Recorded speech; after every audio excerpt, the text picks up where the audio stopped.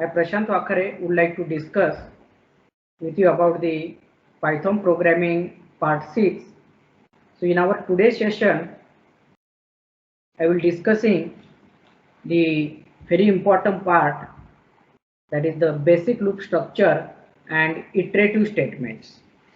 So before going to discuss the basic loop structure in details, you should know what is the basic loop structure and iterative statements. So Python support basic loop structure through iterative statements. That is, the iterative statements are the decision control statement that are used to repeat the execution of list of statements.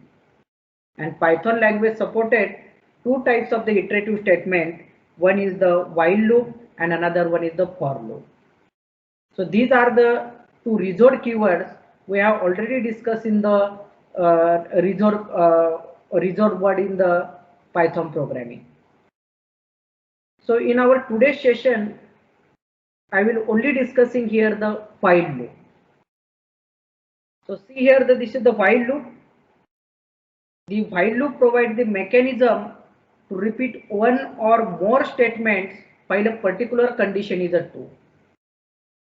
Means in our daily life example, if you observe, suppose if you want to print the 1 to 10 numbers and you don't know what is the while loop. So without while loop, you have to write the 1 to 10 times. You have to print the 1, 2, 3, 4, 5 up to 10. Okay, it's only the 10 line. But if you want to print the 1 to 100 line, then you have to write the 100 lines, 1 to 100 lines, print this. So if you see, there is the time complexity issue, there is the space complexity issue. So avoiding these issues, you should know the concept of the while loop. So that's why the researchers and the scientists have developed this iterative statement concept, that is the while loop and for loop. So in our today's session, we will discussing here the while loop. So see the first, clear the syntax, then you can easily develop your program very easy, simple level. So see, this is the syntax. So statement X, then it is the resort keyword while. After the while, I have given here the condition, and after the condition, colon must. Once you enter the after the condition, means after the colon, the cursor directly jump to the statement block here. If you see here that there is the one space, so this space it is called as the indentation. So indentation concept we have already discussed in the last video. So please go through this last video. We will more clear the indentation. So I am again repeat here, the indentation means this part of the while part. So like in our C and C++ programming, we are giving here the curly braces, that is the opening and closing. But in Python there is no any curly braces like opening and closing. So there is the indentation concept. Then once the condition is a true, a satisfied condition, then will directly jump to the statement block. And if your condition is the false, then will directly jump to the statement while, will not go to the inside of the statement block. So that is the syntax of the while loop. You will more clear after the example. See here, the write a program to print first 10 numbers using the while loop.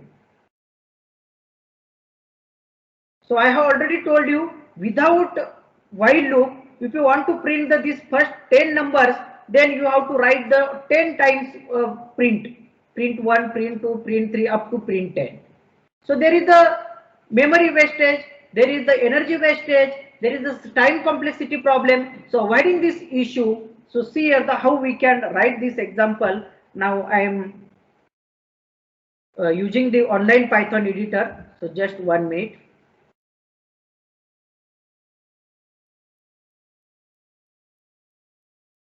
So these are the, suppose the Python online editor.